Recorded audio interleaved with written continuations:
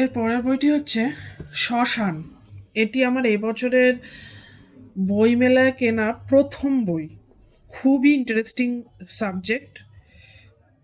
Myth, পুরাণ, ইতিহাস, অলোক সরকারের লেখা শ্মশান। আমি একটু পড়ে শোনাচ্ছি, তাহলে আপনাদেরও বুঝতে সুবিধা হবে।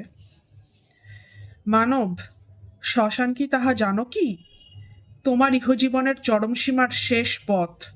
তোমার দেশ, হিংসা, অহংকার, ঈর্ষা প্রভৃতি বিস্তৃত হইবার প্রধান উপদেষ্টা। এই শ্মশানে, এই ঘোর শ্মশানে কিছুই থাকে না, সকলেরই শেষ হয়। আহা, মানুষকে সাম্য শিক্ষা দিতে কোন জ্ঞানী এই মহাশ্মশানের সৃষ্টি করিয়াছিল রে? যেখানে রূপের মাহাত্ম্য নাই, কুৎসিতের হতাদর নাই, জ্ঞানীর মর্যাদা নাই, অজ্ঞানীর অবহেলা নাই, ধনবানের আদর নাই, নির্ধনের হতাদর নয়, যেখানে বৃদ্ধ, যুবা, অন্ধ, খঞ্জ সকলে সমান আদর পায়। আহা, তাহা কি পুণ্যস্থান!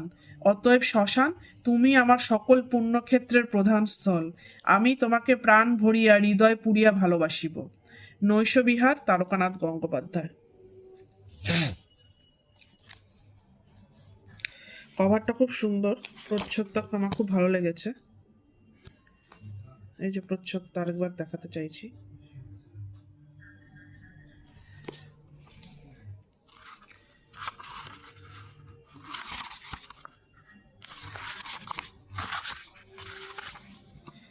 বাবাকে, যার নামে কোনো গাছ উৎসর্গ করা হয়ে ওঠেনি। খুব সুন্দর।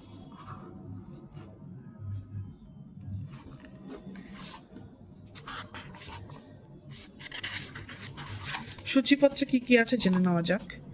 শ্মশানের ধুলো মাটি, শ্মশান, পুরাণ, ইতিহাস, মিথ, শ্মশান যাত্রা, লোকাচার, লোকবিশ্বাস, লোক সংস্কার ইত্যাদি, প্রাচীন ও মধ্যযুগের শ্মশান, দেবদেবীর চরিতমালা এবং শ্মশানের উৎসব, শ্মশানের গান, শ্মশানের দেওয়াল, অলঙ্করণ ইত্যাদি, স্মৃতিমন্দির, স্মৃতিসৌধ কিংবা অনুদান ফলক, মাটির চিতা থেকে বৈদ্যুতিক চুল্লিতে বিবর্তন, ডোম, শিবের অভিশপ্ত বরপুত্র, সতীর চিতা, শাক্তগান, শ্মশান প্রসঙ্গ এবং রামপ্রসাদ সেন, বাবুদের শ্মশান যাত্রা এবং শ্মশানচরিত, আগুনের মহাকাব্য অথবা মহামানবের অন্তিম যাত্রা, চিত্রের শ্মশান।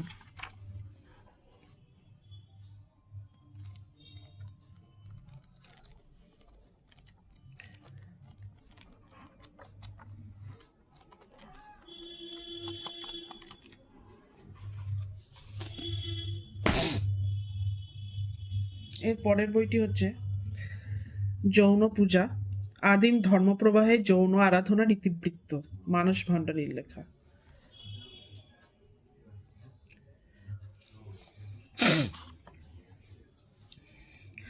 ধর্ম ও উপাসনা কেন্দ্রিক ভাবনায় প্রথম থেকেই যুক্ত রয়েছে নানা যৌনাত্মক রীতিনীতি, বিশ্বাস ও মতবাদ। বিভিন্ন সময় পর্বে সেগুলির রূপান্তর ঘটেছে, এসেছে আরও বিবিধ যৌন সাধন তত্ত্ব। সমগ্র পৃথিবী জুড়ে যৌন পূজা ও সাধনার বিচিত্র প্রবাহ গ্রন্থিত হয়েছে। দেখা যাক সূচিপত্রে কি আছে।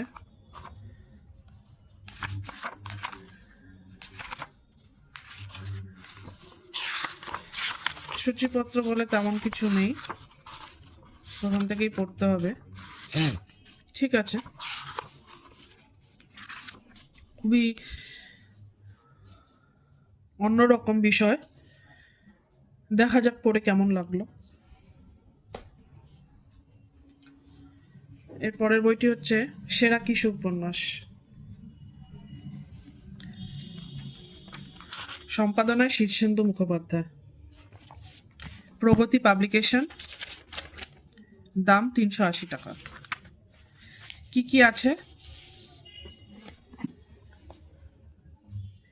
কালো বেড়াল, সাদা বেড়াল শীর্ষেন্দু মুখোপাধ্যায়ের, কনকদ্বীপ আশাপূর্ণা দেবী, সারথীর সরথী নীতিনন্দী মারিচ শীর্ষেন্দু মুখোপাধ্যায়, ভুতুরে কুকুর আশাপূর্ণা দেবী, সিঁড়ি ভেঙে ভেঙে আবারও শীর্ষেন্দু মুখোপাধ্যায়, স্টপার নীতিনন্দী।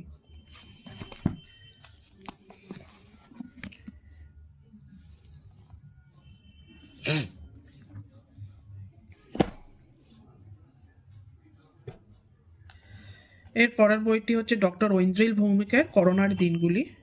এটি একটি হাস্যরসাত্মক বই, খুবই লাইট হার্টেড, কিছুটা পড়েছিলাম, গুরুচণ্ডালী থেকে এটা পাবলিশড হয়েছে। পড়ে কয়েকটা লাইন পড়েছিলাম, পড়ে খুব হাসি পেয়েছিল। কিস্তিতে কিস্তিতে পুরো লেখাটা ভাগ আছে। মহামারীর সময় ঢাল তরোয়ালহীন এক নিধিরাম সর্দারের দিন যাপনের কাহিনীর সংকলন এই বই। অস্ত্র বলতে স্টেথোস্কোপ, বিপি মেশিন, 6 বছরের পুরনো ঝরঝরে স্কুটার আর বহু কষ্টে জোগাড় করা একখানা M95 মাস্ক। তাই সম্বল করেই লকডাউনে সারাদিন রাত ঘুরে রোগী দেখেছেন এই তরুণ খুপড়িজীবী চিকিৎসক, আর রাত জেগে লিখে রেখেছেন সেই অদ্ভুত সময়ের রোজ নামচা।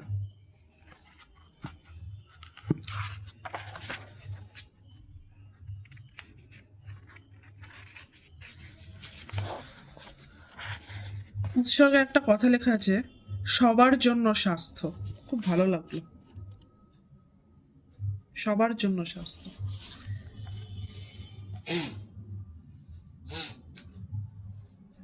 এর পরের বইটি হচ্ছে রেড ইন্ডিয়ানদের রূপকথা, অনুবাদ ও সম্পাদনা পল্লব সেনগুপ্ত। এখানে একটা কথা বলতে হয়, এই পল্লব সেনগুপ্ত যে লিখেছেন, অনুবাদ ও সম্পাদনা করেছেন, উৎসর্গ করেছেন চন্দ্রমল্লী সেনগুপ্ত বাবুলিকে। এই নামটা আমার কাছে খুবই গুরুত্বপূর্ণ, কারণ এই চন্দ্রমল্লী সেনগুপ্ত হচ্ছে, আমি যখন মাস্টার্স পড়ি আশুতোষ কলেজে বাংলা ভাষা নিয়ে, আমাদের টিচার ছিলেন চন্দ্রমল্লী সেনগুপ্ত, বা সিএসজি ম্যাম বলতাম আমরা। এবং তার বাবা তাকে এই বইটি উৎসর্গ করেছে। হঠাৎ চোখে পড়লো, খুব ভালো লাগলো দেখে, এবং খুবই ইন্টারেস্টিং বই। আমি এবার বেশ কয়েকটা রূপকথা কিনেছি, এবং এর আগের বছর বইমেলা তো প্রচুর রূপকথা কিনেছিলাম। বিভিন্ন দেশের, বিদেশের এবং আমাদের ভারতের এবং আমাদের পশ্চিমবঙ্গের বিভিন্ন রূপকথার বই আমি সংগ্রহ করছি। একটা সামগ্রিক চিত্র পাওয়া যাবে তাহলে।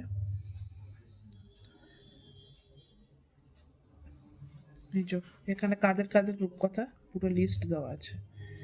এস্কিমোদের আছে, সার্সিদের আছে, চেরোকিদের আছে, ক্যানোদের আছে।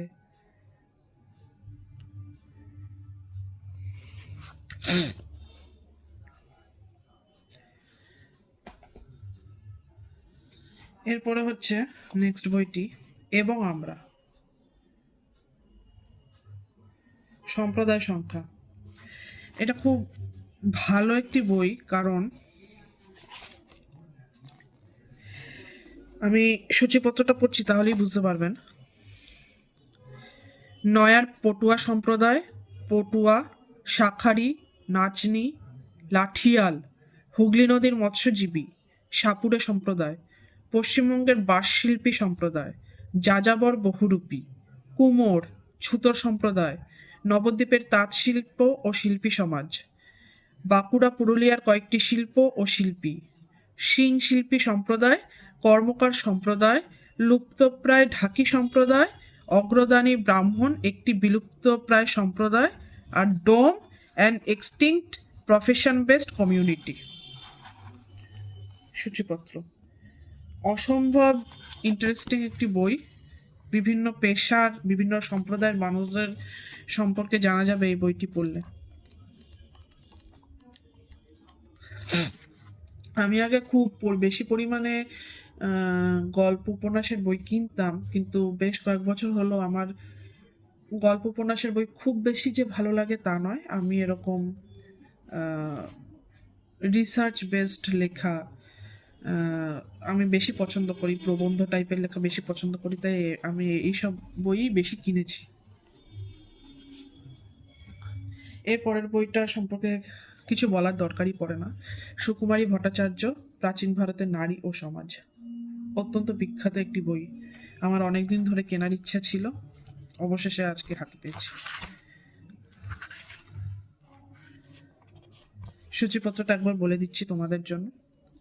বৈদিক যুগে নারী, প্রাচীন ভারতে মাতৃত্ব, প্রাচীন ভারতে নারীর অর্থনৈতিক অধিকার, প্রাচীন ভারতে গণিকা, শাস্ত্রে পণপ্রথা ও স্ত্রীধন, তনয়া, মহাভারতে ভার্গব প্রক্ষেপণের সামাজিক কারণ, মহাকাব্য মহাভারত, নারী সমাজের ওপর হিংসাত্মক উপদ্রব, নারী ও নীরবতা, সতী, প্রাচীন ভারতবর্ষে শান্তির সংজ্ঞা, সম্বুক ও মায়াতি, সমাজে শূদ্রের অবস্থান বিষয়ে একটি বিচার, নিয়তিবাদের কারণ ও প্রভাব, সংস্কৃত সাহিত্যে শূদ্র ও নারীর চিত্র, পঞ্চম থেকে একাদশ শতক।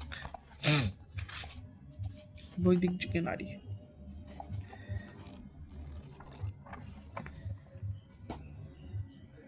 এর পরের বইটি হচ্ছে শীর্ষেন্দু মুখোপাধ্যায়ের সুনির্বাচিত প্রিয় গল্প। প্রচ্ছদটা ভারী সুন্দর, তোমরা দেখতেই পাচ্ছ।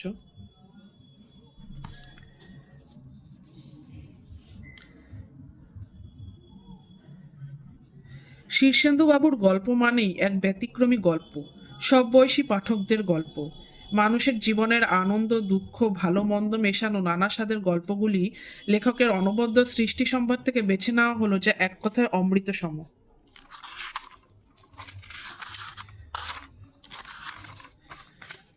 এই যে সূচিপত্র।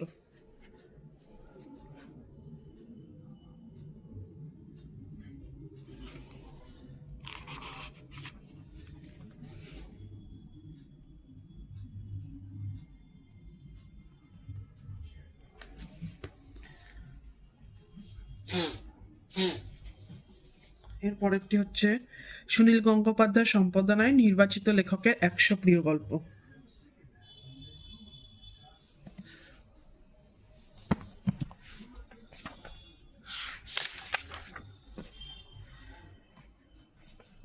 সূচিপত্রটা খুবই বড়, এই যে সূচিপত্র।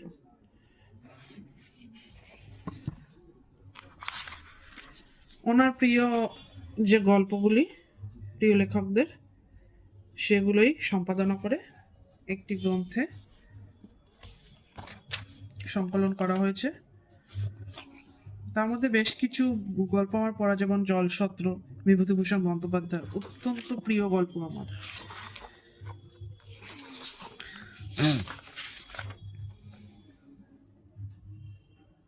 খুব সুন্দর। এর পরের বইটি হচ্ছে বাংলার সংস্কৃতি লুপ্ত ও লুপ্তপ্রায়, পালযুগ, গুপ্তযুগ, সেন যুগ থেকে অদ্যাবধি, নারায়ণ সামাটের লেখা, দেশ প্রকাশন।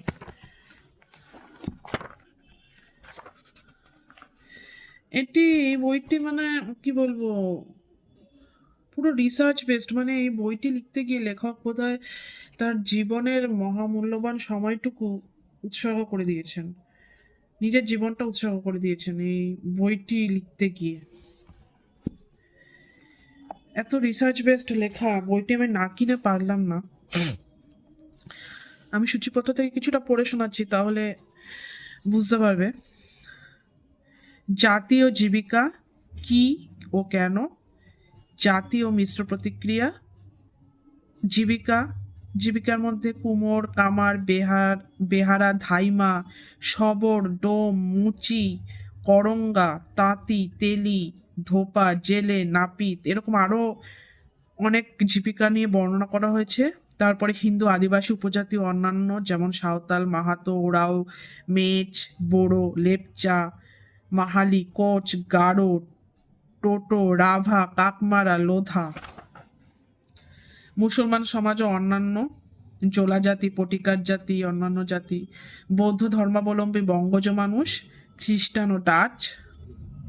ভাষা কি, কেন এবং উৎপত্তি, উপভাষা, লুপ্ত ও লুপ্তপ্রায় শব্দ এবং তাদের বর্তমান শব্দ, খাদ্য কি ও কেন, কৃষি ব্যবস্থা, ধরন, কৃষি পণ্য পরিবহন, সামাজিক ও ঐতিহাসিক প্রেক্ষাপট, আদিবাসী সম্প্রদায় ও সমাজ, মুসলমান সমাজ, ধর্ম ও সংস্কৃতি, লোকসাহিত্য কি ও কেন, ভাষা, ধর্ম, সংস্কৃতি ও শিল্প, ভাষা ও তার বিকেন্দ্রীকরণ, যানবাহন, বাংলা ও বাঙালির প্রেম ও লোকসাহিত্য, বাংলার স্বাধীনতা সংগ্রাম ও লোকসাহিত্য, কৃষি ব্যবস্থা ঋতুভিত্তিক, ধর্মীয় আচার আচরণ 12 মাসে 13 পার্বণ জাতিভিত্তিক, এছাড়া দুর্গাপূজা, লক্ষ্মী পূজা, কালী পূজা, কার্তিক পূজা, টুসু ও ভাদু পূজা, মহরম, এছাড়া নল সংক্রান্তি, মকর সংক্রান্তি, নবান্ন উৎসব, বোল অমাবস্যা, গঙ্গা পূজা, নাগ পঞ্চমী পূজা, ললিত পূজা, রাধা অষ্টমী, তাল নবমী পূজা, খেলাধুলা, পদবী, সঙ্গীত, পটকথা, পুতুল নাচ, বাদ্যযন্ত্র,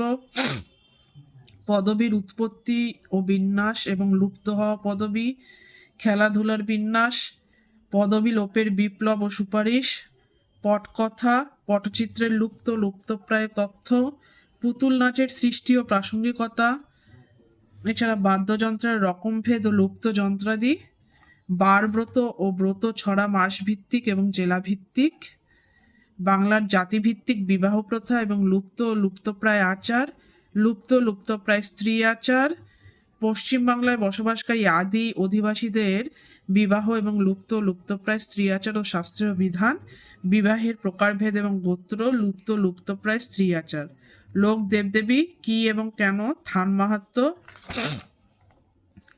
বাংলার লোকপাল বা শাসন ব্যবস্থা, বাংলার সংস্কৃতি, লুপ্তপ্রায় বর্ণানুক্রমিক অবশিষ্ট তথ্য যেমন অলক্ষ্মী বিদায়, অসৌচ ঘর, অম্বুবাচী, অসৌচ পালন, অগ্রহায়ণ, অন্ধত্ব দূরীকরণ, ইতু পূজা, উপনয়ন, ঋতু বা সূর্যের অয়ন, একচূড়ার বেরি, এছাড়া কুমারী জনি পূজা, ক্ষেত্রপালের পূজা, মানে আমি পড়ে শেষ করতে পারছি না।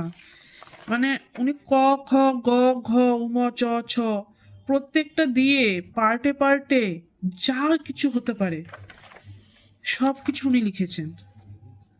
মানে একটি অনবদ্য বই আজকে আমি সংগ্রহ করেছি, এই বইটি।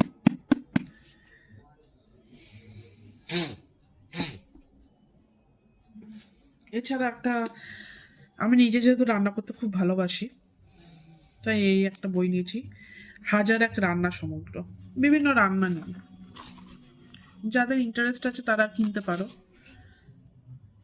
জাস্ট পড়ার জন্য, বিভিন্ন ধরনের রান্না।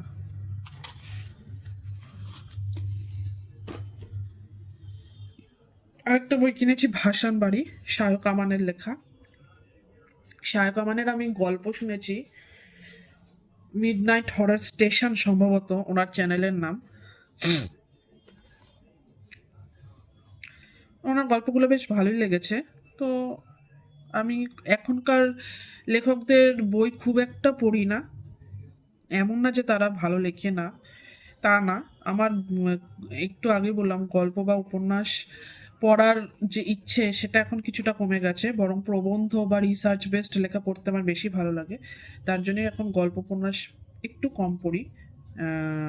তাও এটা কিনলাম, এটা অ্যাকচুয়ালি আমি গিফট দেবো, উপহার দেবো আমার এক বান্ধবীকে বিয়ে উপলক্ষে, তো তার জন্য কিনেছি ভাসান বাড়ি।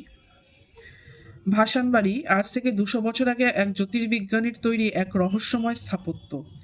তার আগে একটা পুকুর ছিল সেখানে, গোটা গ্রামের লোক ঠাকুর বিসর্জন দিত তাতে, সেটাকে বলা হতো ভাসান পুকুর, সেখান থেকেই ভাসান বাড়ি। লোকে বলে সেই পুকুরটার আত্মা এই বাড়ির ভিতরেও সঞ্চারিত হয়েছে, এই বাড়িটাও মানুষকে ভাসিয়ে নিয়ে যায় অন্তিমের দিকে, ভাসানের দিকে। কিন্তু সত্যি অন্তিম বলে কিছু হয় কি? কে বলতে পারে? মাটি গলে রং উঠে গিয়ে নদীর অপর প্রান্তে যখন ঘরের কাঠামোটা পৌঁছয়, তখন কেউ অপেক্ষা করে না তার জন্য, কেউ আবার নিজের মতো করে সাজিয়ে নেয় না তাকে। মরে যাবার আগে শশাঙ্ক মোহন বলেছিলেন, হ্যালির ধূমকেতুর মতো এই বাড়িতেও নির্দিষ্ট সময় পরে ফিরে ফিরে আসে কোনো মানুষ। কে সে? এ বাড়ির ছাদ থেকে দেখা যায় অচেনা আকাশ। সত্যি কি সময়ের নিয়ম মানে না বাড়িটা? কিন্তু সেটাই বা সম্ভব কিভাবে? রহস্য আর সময়ের চাদর মুখে টেনে কাদের অপেক্ষায় থাকে ভাসান বাড়ি? ইন্টারেস্টিং বই, দেখা যাক আমার বান্ধবীর কেমন লাগে ভাসান বাড়ি।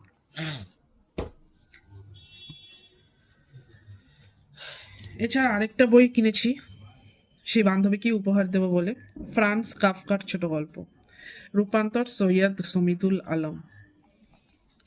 আমার কাফকার সম্পর্কে আমার কিছু পড়ার নেই, এবং আমি একদম ছোট ছোট গল্প, একদম ছোট ছোট গল্প,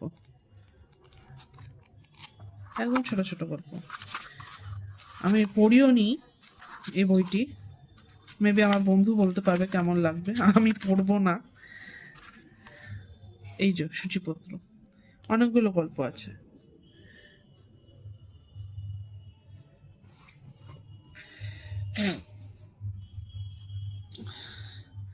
এটা আরেকটি বই কিনেছি, পশ্চিমবঙ্গের আদিবাসী লোককথা, দিব্যজ্যোতি মজুমদার।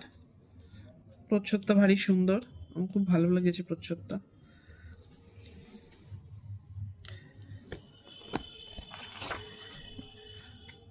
৳300 দাম। দেখি কিছু সূচিপত্র, আদিবাসী লোককথা।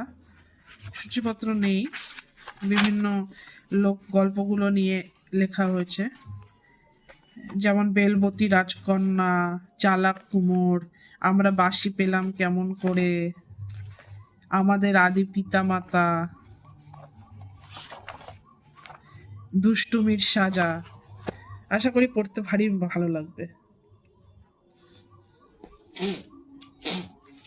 এটা একটা কিনেছি, নির্বাচিত ভূতের গল্প। সানডে সাসপেন্স শুনতে শুনতে আর ভূতের গল্প আর আরো পড়তে ইচ্ছা করছে, তাই ভূতের গল্প কিনে নিলাম। সমস্ত বিখ্যাত লেখকদের যাবতীয় ভূতের গল্পগুলো এখানে একত্রিত করা হয়েছে, দেখাচ্ছি। এই যে সূচিপত্র, সমস্ত বিখ্যাত বিখ্যাত লেখকদের।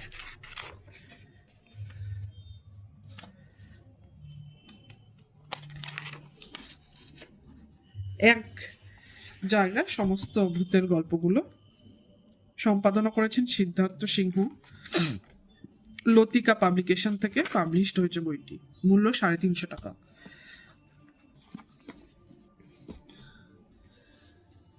এটা এবার যে আমি রূপকথা সংগ্রহ করছি, আমি বলছি যে আগের বছর আমি রূপকথা সংগ্রহ করেছি, বেশ কয়েকটা রূপকথা সংগ্রহ করেছি। এবছর আরেকটি রূপকথা আমি সংগ্রহ করেছি, এটি বন্দে আলী মিয়ার রূপকথা সমগ্র।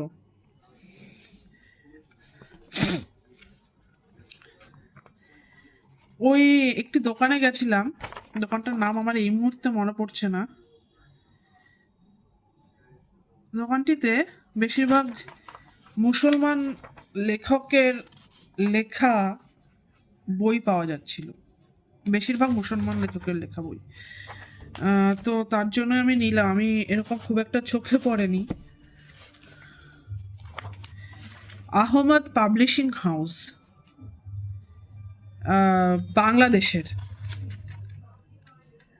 বাংলাদেশের বই এটি। আহমদ পাবলিশিং হাউস, সম্পাদনা ডক্টর মোহাম্মদ আব্দুল আউয়াল, অবসরপ্রাপ্ত অধ্যাপক ও বিভাগীয় প্রধান, বাংলা বিভাগ, রাজশাহী বিশ্ববিদ্যালয়। এখানে বেশ কিছু সূচিপত্রতে আছে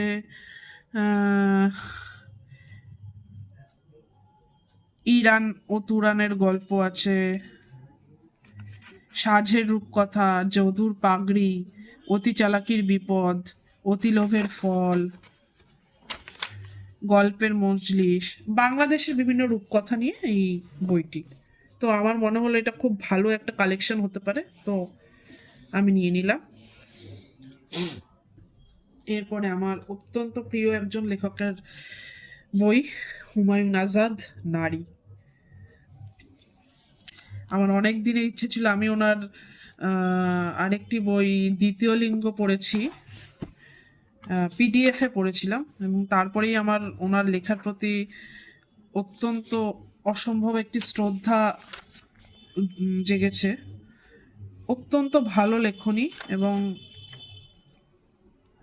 প্রত্যেকটা মেয়ের এই বই পড়া উচিত, প্রত্যেকটা মেয়ে এবং ছেলের এই বই পড়া উচিত। নারী সূচিপত্র আমি বলছি কি কি আছে। নিষিদ্ধ নারী, মুক্ত নারী, নারী ও তার বিধাতা পুরুষ, লৈঙ্গিক রাজনীতি, দেবী ও দানবী, নারী জাতির ঐতিহাসিক মহাপরাজয়, পিতৃতন্ত্রের খড়গ, নারীর শত্রুমিত্র, ফ্রয়েডীয় কুসংস্কার ও মনোবিশ্লেষণাত্মক সমাজবৈজ্ঞানিক প্রতিক্রিয়াশীলতা, নারী, তার লিঙ্গ ও শরীর, বালিকা, কিশোর তরুণী, নষ্টনীর, প্রেম ও কাম, বিয়ে ও সংসার, ধর্ষণ, মেরি ওলস্টোনক্রাফট, অগ্নিশিখা ও অশ্রুবিন্দু, রামমোহন ও বিদ্যাসাগর, প্রাণদাতা ও জীবনদাতা, পুরুষতন্ত্র ও রোকেয়ার নারীবাদ, বঙ্গীয় ভদ্রমহিলা, উন্নত জাতের নারী উৎপাদন, নারীবাদী সাহিত্য তত্ত্ব ও সমালোচনা, নারীদের উপন্যাসে নারী ভাবমূর্তি, নারী ভবিষ্যৎ, নারীবাদ ও নারীবাদের কালপঞ্জি। এটা পড়ার আমার প্রচন্ড ইচ্ছা আছে এবং আমি এটা পড়বো যত তাড়াতাড়ি সম্ভব। এরপরে আরেকটি বই কিনেছি, গ্রিম ভাইদের রূপকথার অমনিবাস। আমার কোনো আইডিয়া নেই, কোনো ধারণা নেই রূপকথা নিয়েই, কিন্তু কীরকম হবে না হবে। 45 টাকা দাম মাত্র, পুরোনো এডিশন আমি নিয়ে নিয়েছি। এরকম বলে না, যেখানে দেখিবে ছাই উড়াইয়া দেখো তাই, মিলিলেও মিলিতে পারে অমূল্য রতন। এইগুলো হচ্ছে সেই অমূল্য রতন। সূচিপত্র, এতগুলো রূপকথা আছে, পড়ে জানাবো কেমন লাগলো। গ্রিম ভাইদের রূপকথা।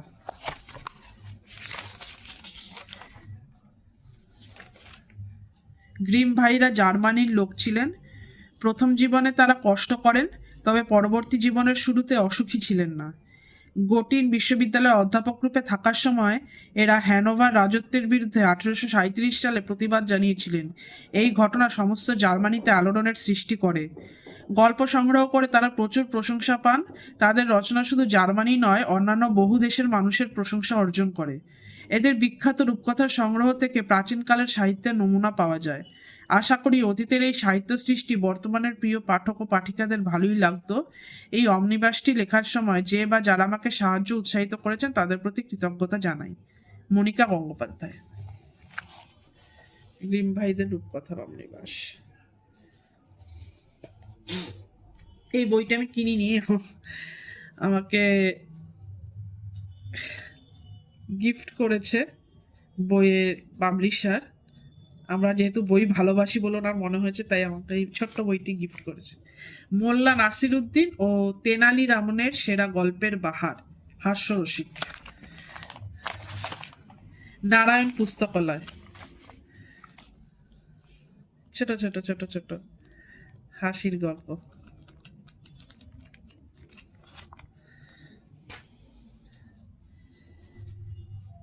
এরপরে এটা হচ্ছে দেখি আলপনার ডালি। এটা কোনো গল্প বা উপন্যাস বা কোনো রিসার্চ বেসড লেখা নয়, এটা শুধু আলপনা নিয়ে, আলপনার বিভিন্ন ডিজাইন।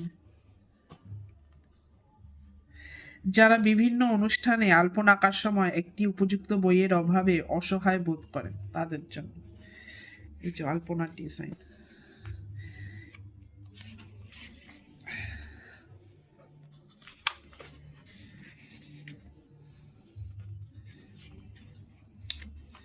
ভালো লাগলো বেশ, খুব কম দাম ছিল বইটির, খুব কম দাম ছিল, 30 টাকা, তো নিয়ে নিয়েছি।